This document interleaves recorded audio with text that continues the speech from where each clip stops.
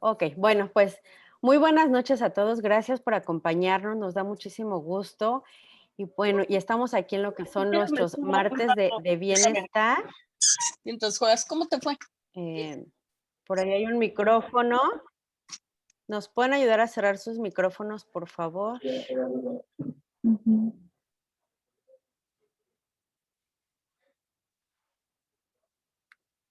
Creo que ya. Bueno, ok. Esperemos ya no haya interrupciones.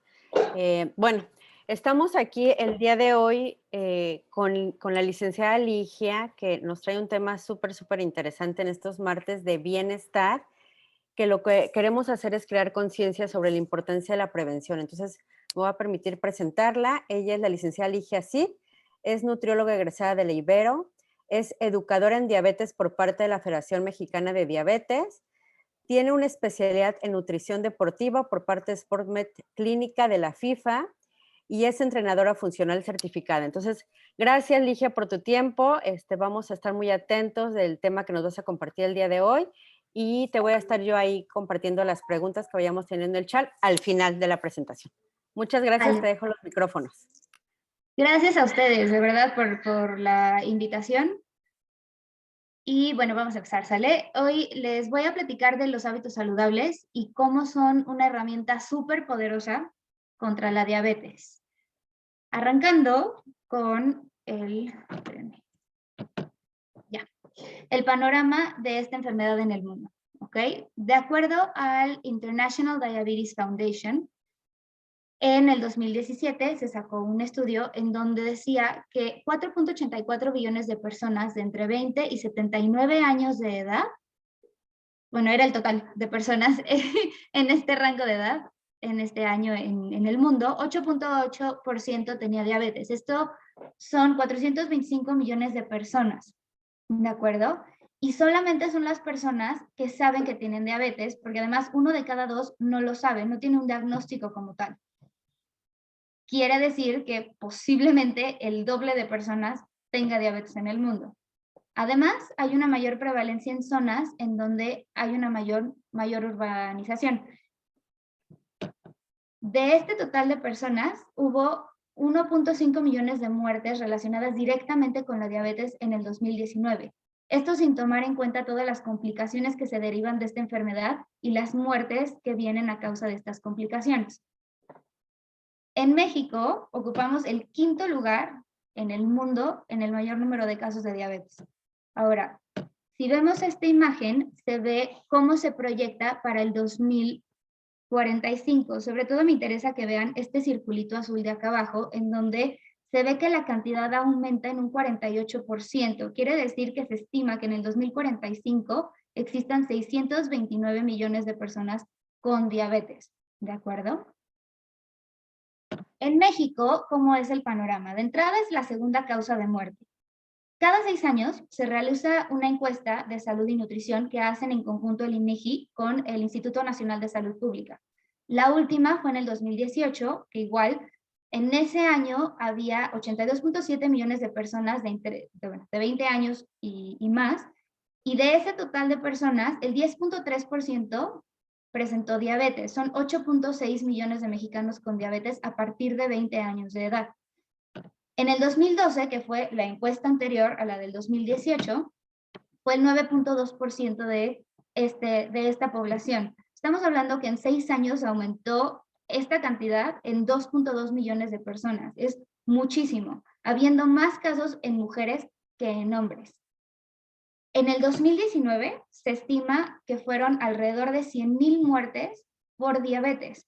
Aquí sí no se especifica si fue directamente por diabetes o si se toman en cuenta las complicaciones, pero de todas maneras es un número muy elevado para una enfermedad que puede ser prevenible. Vamos a entrar a qué es la diabetes. Es una condición crónico-degenerativa que ocurre cuando los niveles de glucosa en sangre se elevan y puede ser por 3 razones. Porque el cuerpo no produce suficiente insulina, porque no produce nada de insulina o porque el cuerpo no puede ocupar la insulina de forma eficiente. Esto quiere decir que nuestro cuerpo es incapaz de transformar el alimento en energía. ¿Y por qué? Les voy a explicar bien rápido cómo funciona la insulina y hagan de cuenta que es una llave. Es una llave que tiene que abrir la célula para que la glucosa pueda entrar. Entonces, el alimento entra, por procesos digestivos se transforma el alimento a glucosa, la glucosa pasa a la sangre, a todo el torrente sanguíneo para irse a todo el cuerpo, y en ese momento el páncreas libera insulina, que es la llave para abrir la célula y permite la entrada de glucosa a la célula. De esta manera, la glucosa se transforma y podemos producir energía. Cuando hay diabetes, el páncreas no libera insulina o no la produce y no la podemos reconocer de forma adecuada. Quiere decir que no entra glucosa a la célula, por lo tanto, no hay energía. Existen diferentes tipos de diabetes. La primera, que es la tipo 1, es en donde hay una deficiencia total de insulina. Este tipo de diabetes es autoinmune y es idiopática. Quiere decir que en realidad pues no se sabe la causa de por qué da. Sigue la tipo 2, en donde hay una disminución de secreción de insulina y hay una resistencia a la insulina. En la disminución de secreción es esta parte en donde el páncreas no produce la suficiente insulina y la resistencia es por parte de los tejidos de otros órganos, en donde ya no reconocen adecuadamente la insulina para poder permitir el paso de la glucosa a las células. La otra es la gestacional, que inicia o se reconoce durante el embarazo. En teoría, cuando termina el embarazo, si tú fuiste diagnosticada con diabetes durante tu embarazo, termina, ya no hay diabetes, ¿sí? Si sigue, ya se le reconoce como diabetes tipo 2, ya no sería gestacional. Y existen otros tipos de diabetes que vienen más por defectos genéticos o por alteraciones ya directamente del páncreas, como una pancreatitis, como tumores en el páncreas o cirugías en donde tengan que quitar el páncreas. De ahí la consecuencia ya es la diabetes. Vamos a hablar en este caso específicamente de la diabetes tipo 2, que es la que está directamente relacionada con nuestros hábitos. ¿Ok? La diabetes tipo 2 representa el 90% de los casos totales de diabetes. Es la que más hay, a pesar de que es la que puede ser prevenible, la que podemos evitar. Hay un mayor caso de diabetes tipo 2 en adultos, aunque últimamente se han visto ya cada vez más casos en niños y adolescentes, y lo hace grave, porque al final nos está quitando años de vida, cada vez más jóvenes, y consecuencias más graves a más temprana edad. A diferencia de la diabetes tipo 1, esta se va a presentar de forma progresiva. Los síntomas van a ir apareciendo poco a poco. Con la diabetes tipo 1 llegan de repente, y con esta se van dando, incluso pueden pasar años sin que yo presente un síntoma para que se vaya desarrollando. También por esto muchísima gente no sabe que tiene diabetes. Los síntomas más comunes son que te dé muchísima sed, y esto se da porque como empezamos a acumular muchísima glucosa en sangre, nuestro cuerpo sabiamente va a buscar la manera de eliminarla, y nuestro sistema de eliminación de toxinas es a través de la orina. También orinamos de forma más frecuente cuando hay diabetes. Como estamos eliminando mucho líquido, pues nos va a dar más sed y vamos a tomar más agua. También tenemos una baja de energía, que esta parte es muy lógica si pensamos que la glucosa no puede entrar a la célula y es en donde pues se transforma en energía. Ajá. También hay entumecimiento y adormecimiento de extremidades principalmente, porque la glucosa afecta ya directamente a los nervios. Nos cuesta más trabajo reponernos de heridas, nos cuesta más trabajo cicatrizar cuando hay diabetes. Además, hay infecciones más recurrentes. Entonces, si no cicatrizamos infecciones de forma más fácil, pues nos lleva a consecuencias ya muchísimo más allá del tema diabetes. Hay visión borrosa, creo que esta es de las más comunes o que la gente reconoce más, que quien tiene diabetes empieza a perder la visión, y obviamente pues nos va a dar más hambre. Esto igual, el cuerpo es tan sabio que las células, como no están recibiendo glucosa y no están produciendo energía, mandan señales al cerebro en donde dicen, oye, no tengo energía, mándame sustento para poder generar energía. Pues nos da hambre, consumimos más, el problema es que pues no está llegando ese sustrato a la célula para poderlo convertir justo en energía. Las complicaciones que se derivan de la diabetes cuando no la cuidamos pueden ser agudas, como la hipoglucemia, y esos son bajones de glucosa de repente. Suena ilógico considerando que tenemos picos de glucosa muy altos o hay cargas de glucosa muy fuertes en sangre, pero de repente sube tanto la glucosa que para compensar el cuerpo dan bajones y pueden ser igual o más peligrosos que tener la glucosa tan alta. También da cetoacidosis diabética, que acá la glucosa funciona como combustible principal para el cerebro. Cuando no llega la suficiente, se empiezan a generar cuerpos cetónicos y empiezan a alimentar el cerebro, que no es lo ideal porque en cierta cantidad, por cierto tiempo, son tóxicos, nos hacen daño.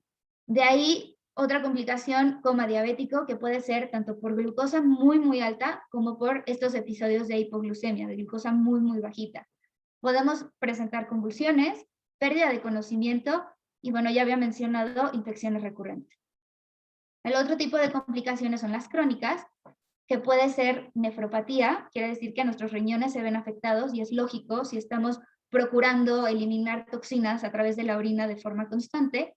Neuropatía, se afectan los nervios, igual, entumecimiento y adormecimiento de extremidades, pero se pueden ir también a otros nervios como, por ejemplo, ya en vías urinarias y poder presentar hasta incontinencia urinaria. Ajá.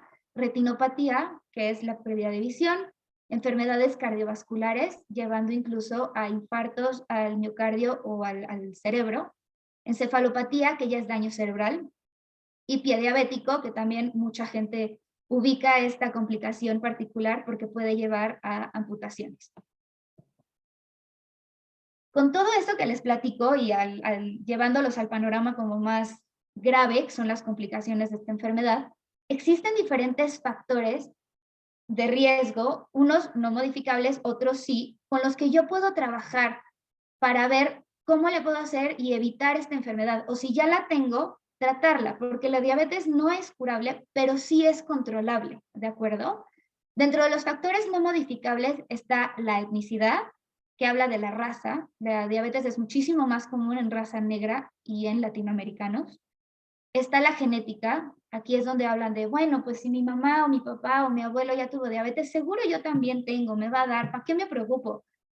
Si ya sabes que hay alguien de tu familia que tiene o tuvo, o tú tuviste durante el embarazo, ya tuviste a tu bebé y ya no tienes, ya tienes ese factor de riesgo que es genético, puedes cuidar los demás justo para no enaltecer o no hacer más brillante, digamos, no prender más ese foquito rojo que ya existe en tu historial, ¿no? Y otro factor no modificable es la edad. Aquí, obviamente, conforme vamos creciendo, va aumentando nuestra edad, nos vamos haciendo más predisponibles porque, pues, el cuerpo se va haciendo de alguna manera, como que se va apagando, ¿no? Digo, pensando ya en un futuro lejano, sí nos estamos cuidando. Ahora, los factores modificables son la dieta, la actividad física, nuestra composición corporal y el ambiente, pero no nada más nuestro ambiente externo, sino el ambiente que nosotros mismos vamos generando. Les voy a ir explicando uno por uno. Voy a arrancar con dieta, que es justo lo que metemos al cuerpo. ¿Qué estamos metiendo a nuestro cuerpo para que nos hagamos más o menos pues, predispuestos a padecer esta enfermedad? De entrada, preferir agua natural sobre bebidas azucaradas o de sabor, pero no nada más agua natural y ya. Hay que buscar un agua natural que realmente nos nutra, que sea rica en minerales. Y qué mejor, ahora sí que agua níquel, ¿no? Agua viva, rica en minerales, ionizada, alcalinizada, que realmente va a entrar de forma adecuada a las células y te va a mantener bien hidratado.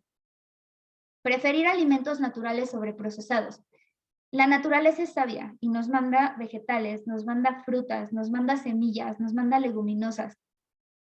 Sí, a lo mejor cuesta de repente un poquito más el darnos tiempo para preparar algo natural que decir, bueno, está en la caja, ya está fácil, lo caliento y ya, pero si nos vamos a lo natural más que a lo ya procesado, vamos a aprovechar todos los nutrimentos que vienen en los alimentos.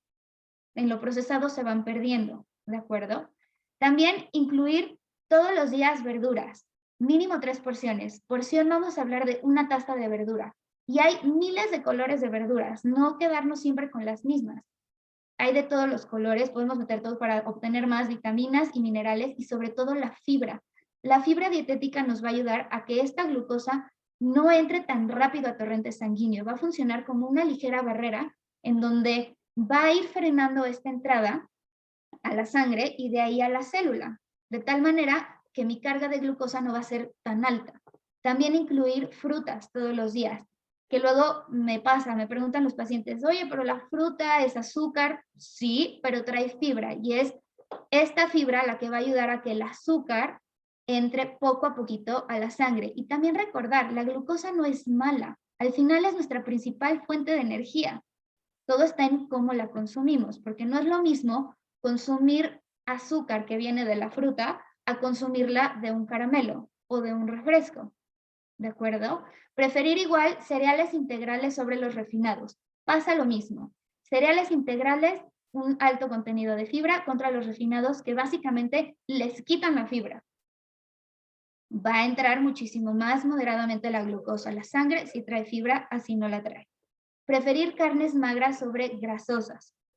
¿Por qué? Porque el exceso de grasa también va a influir en cómo percibimos, cómo percibe nuestro cuerpo la insulina para permitir el paso de la glucosa. Entonces, si empezamos a consumir alimentos que son ricos en grasas, como las carnes, que es como lo más común, vamos a interferir con todo este proceso metabólico.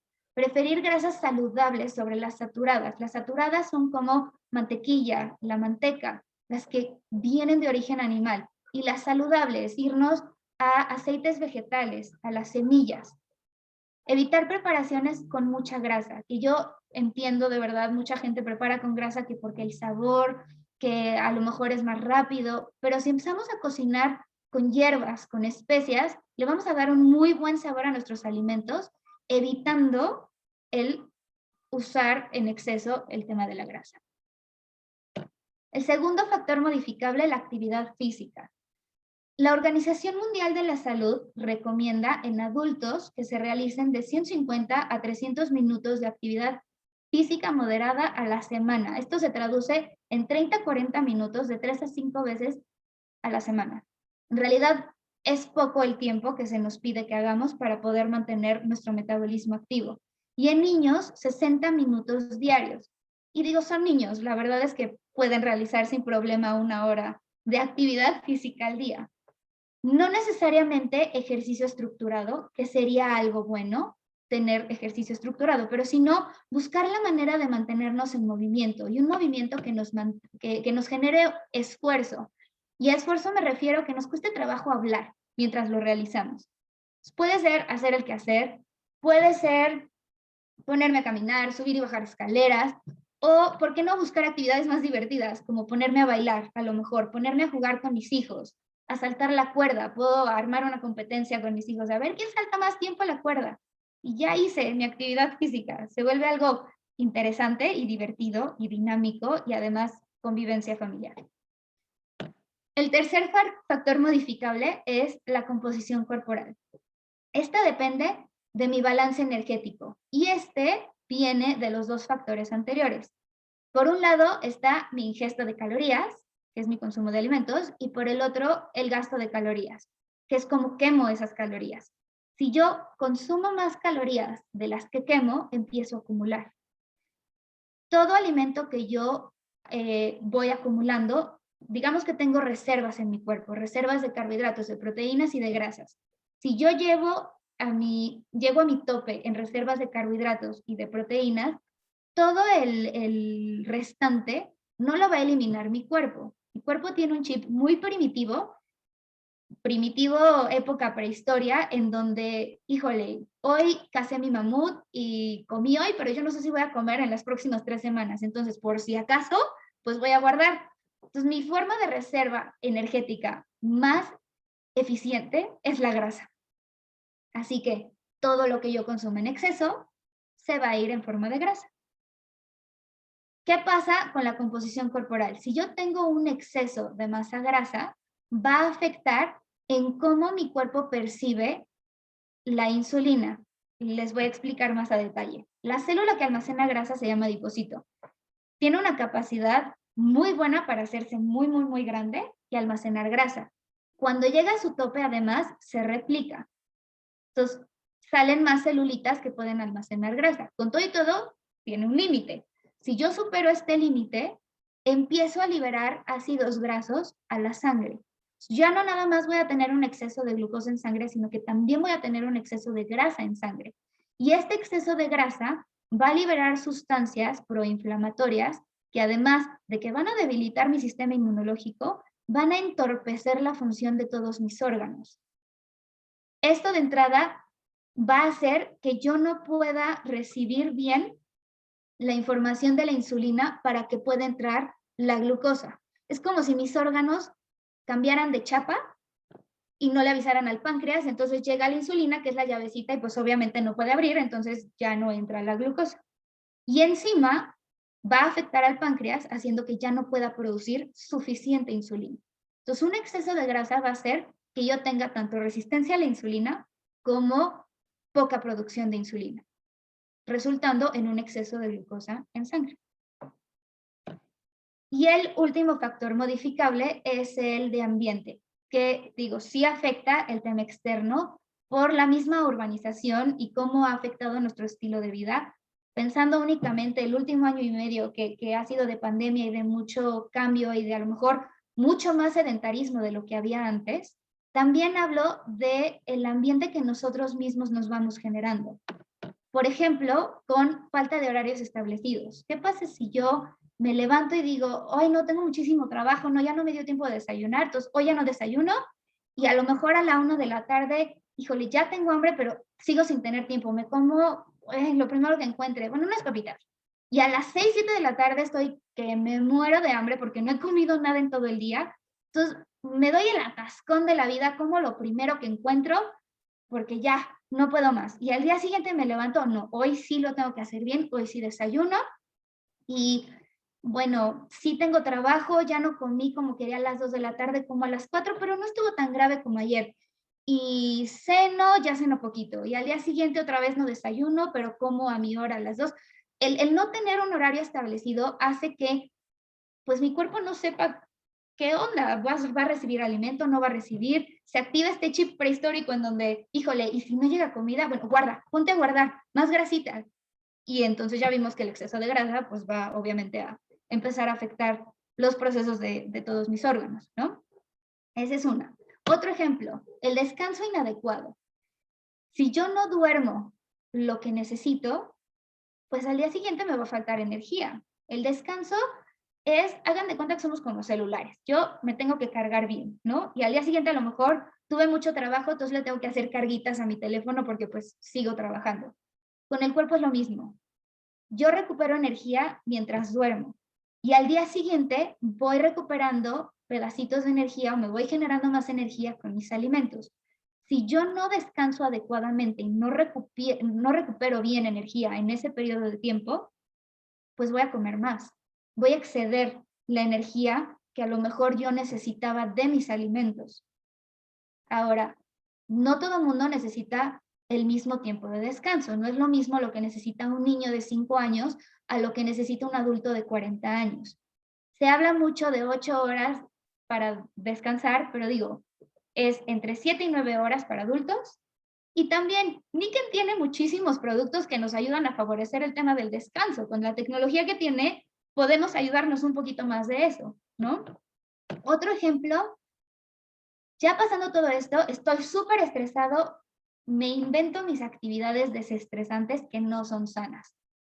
Híjole, tuve un día pesadísimo, me voy a echar un cigarrito, porque me lo merezco. Me voy a echar mi copita, me merezco mi copa. Hoy trabajé muchísimo, ¿no? Y a lo mejor de poquitos en poquitos voy acumulando estas sustancias que pues sé que me hacen daño, pero ay, es una copa al día, ¿no? No pasa nada, o 2. O bueno, vamos a irnos a uno más light. Ni cigarro, ni copa. Voy a ver mi serie favorita. Me echo un capítulo. Híjole, es que acabó muy interesante, ¿no? Me echo otro. Y otro. Y de repente veo y ya me chuté 6, 7 capítulos. Porque pues Netflix, ¿no? Entonces me puedo chutar todos los capítulos en una sola noche, ¿por qué no? Y eso ya me afectó mi horario. Entonces ya dormí menos. Entonces al día siguiente me levanto más tarde y ya no desayuné porque ya no me dio tiempo. Pero ¿qué pasa si yo cambio estas actividades desestresantes no sanas por unas más sanas? Y en lugar de ver 4 horas de serie, me doy 40 minutos para hacer ejercicio. O me doy 10 minutos para meditar y relajarme un poco. Y el último, la falta de educación, que esta es común porque al final, pues si yo no lo tengo, no me interesa aprender de eso. Yo diabetes, ¿para qué? Yo no tengo. ¿Qué me interesa saber eso? Yo soy sano, yo me cuido, digo, me echo mi copita de repente o no hago tanto ejercicio como me gustaría, pero yo ir al doctor a que me haga un chequeo médico, ¿para qué? No necesito. Cuando a lo mejor si yo voy cada año a hacerme mi chequeo, puedo ver si tengo todo en orden, si mi glucosa está bien, si mi colesterol está bien, si mis triglicéridos están bien. ¿Mm? Al final, todos son prioridades y es un ¿qué prefieres? ¿Prefieres dormirte temprano y descansar bien para el día siguiente poder seguir tus horarios, comer adecuadamente, poder hacer ejercicio, meditar un ratito, realmente cuidar a tu cuerpo? ¿O me echo 2 capítulos más de serie? No desayuno. ¿Qué más da dormir 1 hora menos? Total, ¿en qué puede afectar? Cuando a lo mejor, si yo cuido todo esto, al día siguiente voy a necesitar menos horas para hacer el trabajo que antes me tomaba, no sé, me toma 4 horas hacer un trabajo que me tomaba 6. Porque estoy bien descansado, porque estoy bien alimentado y porque no le estoy metiendo a mi cuerpo sustancias que le hacen daño. Ahora, ojo, no estoy diciendo que ver la tele te haga daño, ¿no? Pero hay que ver qué pesa más, si chutarte las 5 horas de tele o mis 40 minutos de ejercicio. Bueno, aquí es algo muy interesante con la diabetes, porque al final el estilo de vida saludable funciona tanto como prevención como tratamiento. Y se resume en esto, una dieta adecuada, hablando de una dieta rica en fibra, vitaminas y minerales, baja en harinas refinadas, baja en alimentos procesados, una hidratación adecuada, pero adecuada, con los minerales que mi cuerpo necesita para mantenerse realmente hidratado. Hacer ejercicio y mantener mi cuerpo activo para que mi metabolismo esté activo, para que yo tenga una composición corporal adecuada, porque además, a mayor masa muscular, mayor quema de calorías, es más eficiente mi consumo de energía. Un descanso adecuado, para no tener que estar cansado al día siguiente, para no tener que sentir que tengo que comer más porque me faltó recuperar energía o me tuve que saltar el desayuno porque me desperté tarde. Y la reducción de estrés, ¿no? A lo mejor esta parte de meditar o leer o hacer ejercicio y ahí juntamos dos. Por último, les quiero leer una frase de Hipócrates, el padre de la medicina, me gusta mucho.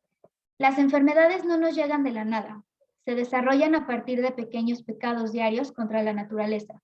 Cuando se hayan acumulado suficientes pecados, las enfermedades aparecerán de repente. Son hábitos. Al final, todo se resume en hábitos. Y bueno, si a alguien le interesa un plan personalizado, tanto para prevención, para cambio de hábitos, para tratamiento de diabetes, les dejo mi contacto. Está mi teléfono, mi correo, mi Instagram y les dejo un QR en donde si lo escanean ya nada más le tienen que dar guardar contacto y ya me tienen. Y ahora sí, si tienen alguna duda, soy toda suya. Muchas gracias, Ligia. La verdad es que es súper interesante. Como tú bien dices, son pequeñas acciones que vamos realizando día con día y a veces no nos damos cuenta de la repercusión que va a tener. Entonces, la verdad es que si empezamos a hacer esos cambios de hábito chiquititos, porque tampoco nos estás pidiendo demasiado, ¿no? Si empezamos a hacer esos cambios chiquitos, podemos tener muy buenos resultados. Y entonces, bueno, pues tenemos 10 minutitos por si tienen alguna duda, alguna pregunta que quieran realizarle a Ligia. Si nos lo quieren poner en el chat o si gustan abrir su micrófono, adelante. Déjame, voy a abrir mientras. Hola, prima. Ligia, ¿cómo estás? Hola, muy bien, muchas gracias. Adelante. Bueno, ¿tú qué tan bueno consideras el NutriBullet? La nueva licuadora. Al final es una licuadora, es un electrodoméstico, entonces. ¿Tú sí crees que sea mucho mejor que una licuadora común, que sí conserve o sea, lo bueno de todo lo que se mezcla, o sea, y sí, o sea, sí lo recomendarías. Mm, es lo mismo que una licuadora, lo que tiene es practicidad por el tamaño. Es la única diferencia. Ahora, como se licúa, sí se conservan bastantes nutrimentos. Ahí la tirada o la ventaja del NutriBullet es que lo haces, te lo sirves y luego te lo tomas. Ah, ok. Mija, a mí me gusta mucho el plátano. Y yo sí tengo un poco de diabetes, ando como en 130, 132 mi rango. Escuché que dijiste que tiene fibras la fruta. ¿Yo puedo tomar qué tanto de plátano por día? Qué buena pregunta. Ahí existen unas listas, además, de índice glucémico y hablan de la cantidad de glucosa que tiene cada alimento. Si hay frutas que a lo mejor tienen un índice glucémico más alto que otras, está en bajo, moderado y alto, el plátano se encuentra en moderado, entonces no es un mal alimento.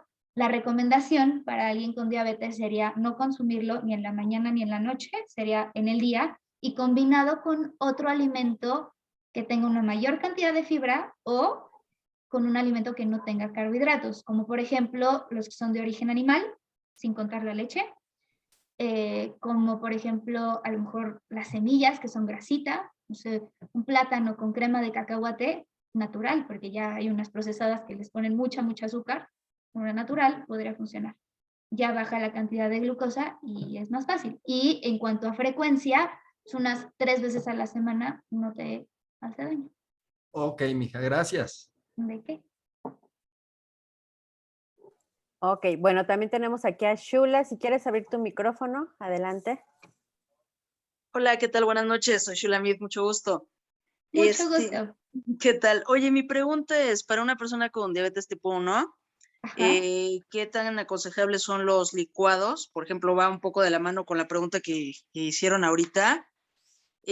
A mí me dijeron que el licuado potencializa las azúcares, no sé. Por ejemplo, un licuado de plátano o los jugos, por ejemplo, también.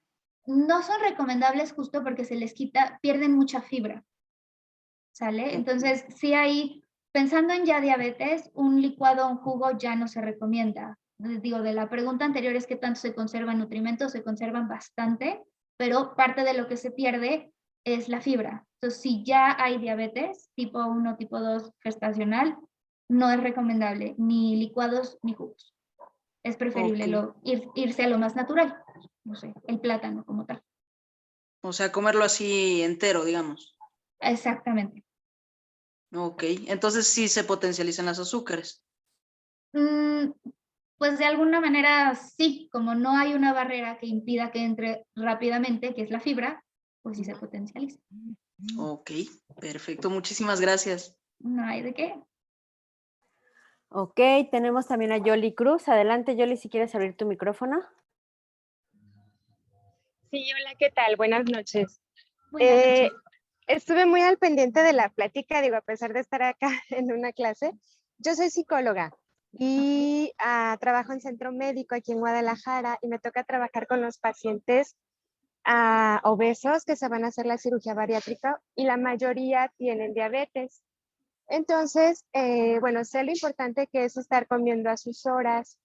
Sin embargo, yo acabo de escuchar a una psicóloga que decía, bueno, hay que reconocer si es hambre de panza, hambre de pecho o hambre de cabeza. Entendemos que hambre de panza viene a ser el hambre física, hambre de pecho, las emociones, ¿no? Cuando proyectamos las emociones en la comida, y el hambre de cabeza, pues los hábitos que nosotros generamos. Entonces, ¿qué tan recomendable es como sugerirle esto a los pacientes obesos? Digo, sé que los pacientes con diabetes tienen que respetar sus horarios, pero sí los pacientes obesos respecto a tomar eso en cuenta. El tema de horarios con respecto a diferenciar tipos de hambres. Exactamente. Ok, el tener horarios justo va a ayudar a empezar a darle estructura al cuerpo para que el hambre fisiológica llegue como a estas horas. De hecho, hay pacientes que comentan, híjole, antes no me pasaba y ahora dan las 2 de la tarde o 10 para las 2 y ya mi estómago empieza a crujir de que ya le toca recibir alimento. Es una manera de hacer que el metabolismo funcione pues como maquinita y sepa que va a recibir alimento para convertirlo en energía. Ahora, también pensando en pacientes ya con obesidad, si ya están recibiendo, por ejemplo, insulina, se tienen que inyectar insulina, es bien importante, súper importante tener horarios establecidos porque justo la insulina actúa de acuerdo a esos horarios. Si se mueven los horarios pueden tener complicaciones como episodios de hipoglucemia, que ya vimos pues pueden ser graves. Es básicamente por eso. Claro, sí, muchas gracias. Sí, yo sé que los diabéticos sí tendrían que respetar sus horarios en base a la toma de su tratamiento. Nada más mi duda era en pacientes obesos respecto a lo que te preguntaba, pero sí me la respondiste. Muchas gracias. No hay de qué. Ok, hay Ok, preguntas gracias, también en Yoli. el chat. Aquí hay otra pregunta de Brenda Santiago. Ah, esa, buenísimo. Sí, ok, bueno. Nos pregunta Brenda, ¿la resistencia a la insulina es una prediabetes y si se puede evitar llegar a la diabetes con la alimentación? Ok, una cosa es la resistencia a la insulina. Perdóname, hola Brenda. Una cosa es la resistencia a la insulina y otra cosa es la prediabetes. Prediabetes es valores casi llegando a los valores de diabetes y justo estando en prediabetes sí se puede evitar llegar a este punto, ¿de acuerdo? Entonces, cuidando obviamente alimentación, todo lo que se habló, digamos, durante la presentación, sí puedes evitar llegar a diabetes si ya hay prediabetes. Con la resistencia a la insulina habría que ver por qué hay resistencia a la insulina. De todas maneras, el tratamiento es muy similar y sí puedes evitar llegar a diabetes si nada más hay resistencia a la insulina. Entonces, espero haber resuelto tu duda.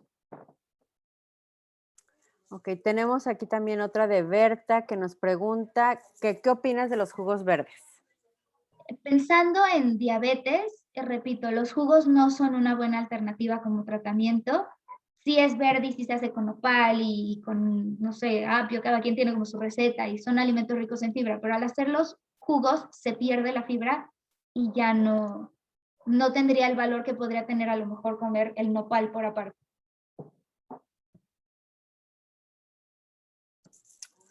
Ok, aquí nos pregunta, no tiene aquí el nombre, está como PC.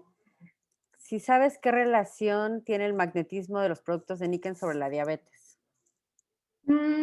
Híjole, el magnetismo como tal con la diabetes, tendría que investigar, lo puedo investigar con mucho gusto, se los mando, pero sé de productos, por ejemplo, de magnetismo, la joyería, todo esto, que en ciertas personas ayudan en la reducción de estrés y en los sistemas de descanso, pues obviamente favorecen el descanso. Entonces, en el sistema de agua, el tema del imán ayuda con el tema de ionización y la modificación de la molécula. Entonces, pensando en estas partes por separado, pues sí tienen un beneficio, me van a ayudar a mantenerla más controlada. Ok, perfecto. Aquí nos dice Kirsten, gracias por tan interesante plática, Ligia.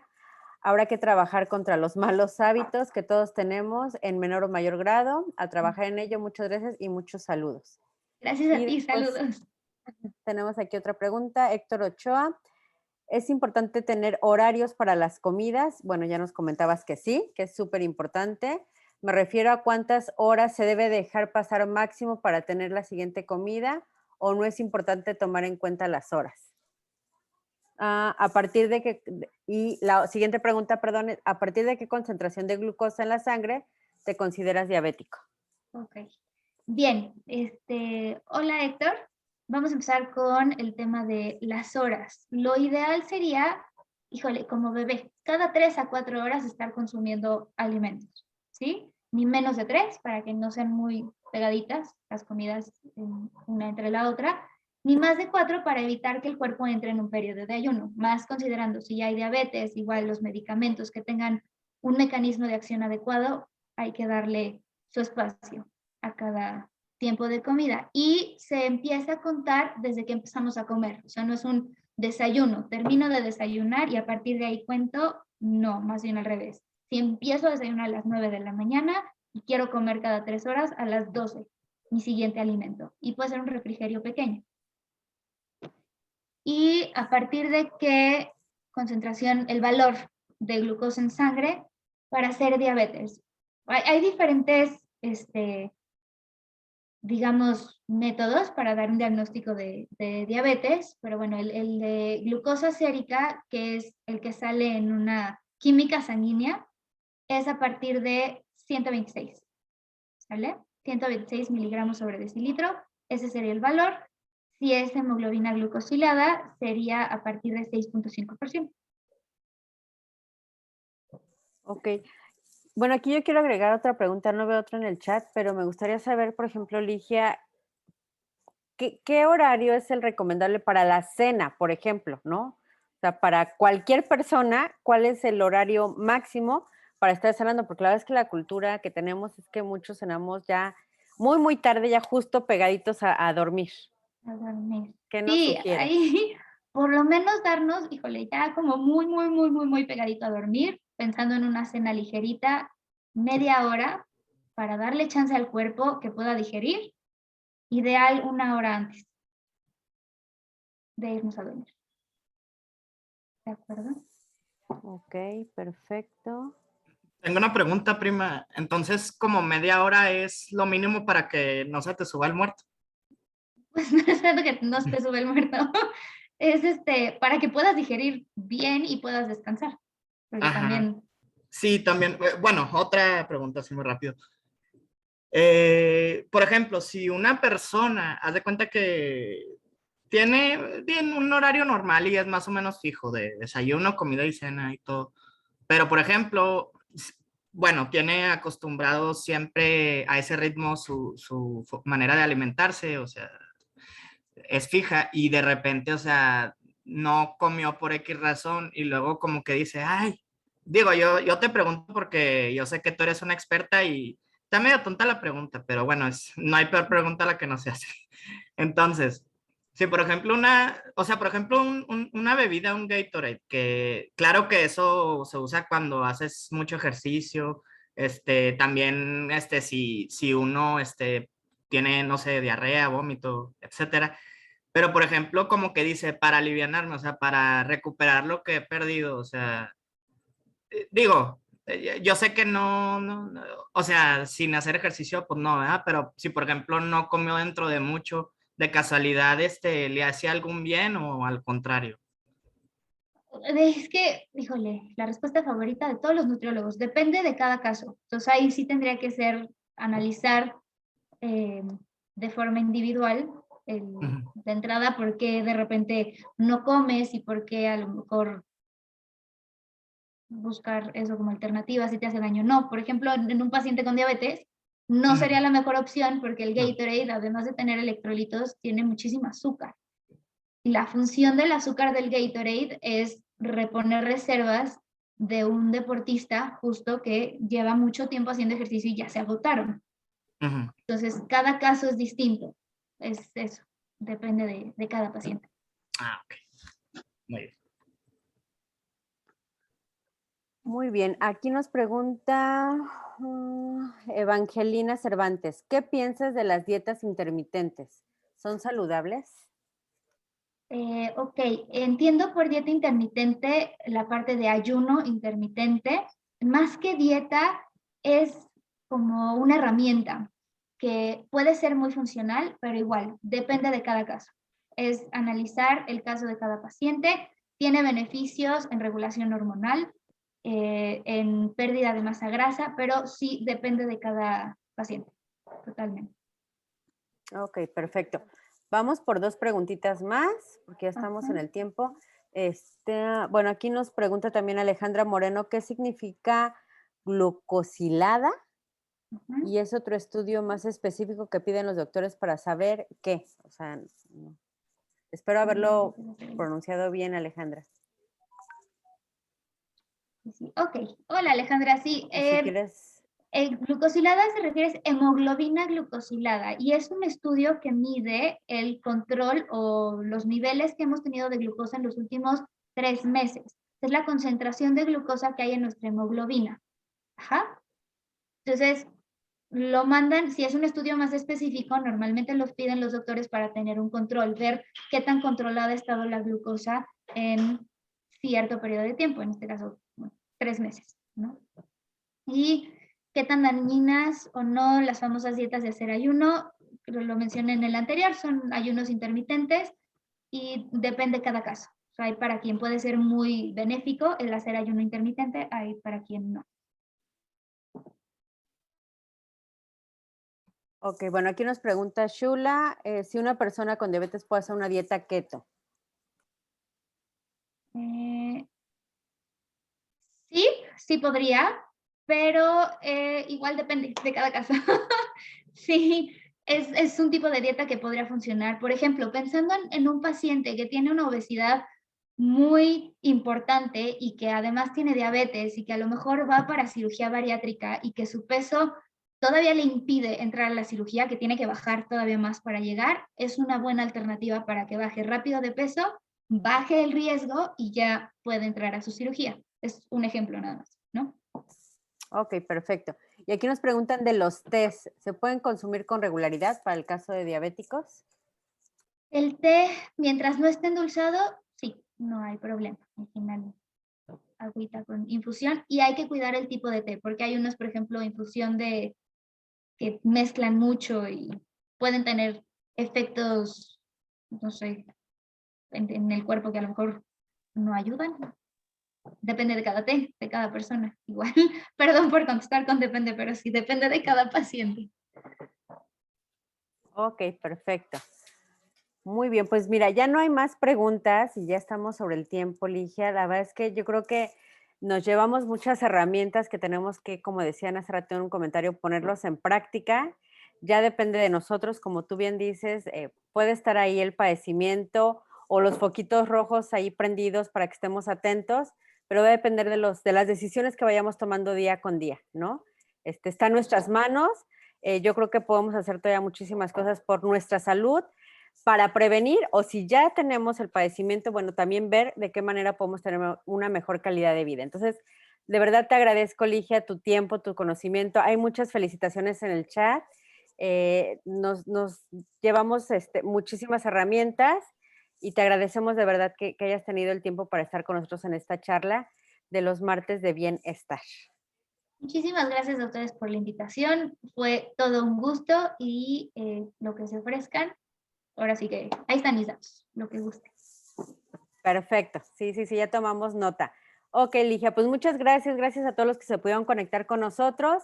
Nos vemos en 15 días con un tema también muy interesante, porque acuérdense que lo que queremos hacer es justo sembrar esa semillita para empezar a tener conciencia sobre la importancia de nuestra salud y la prevención. Muchas gracias, cuídense todos, bonita noche. Gracias, Ligia. Buenas noches a Ustedes, todos. hasta luego, bonita Gracias, noche. buenas noches. Gracias.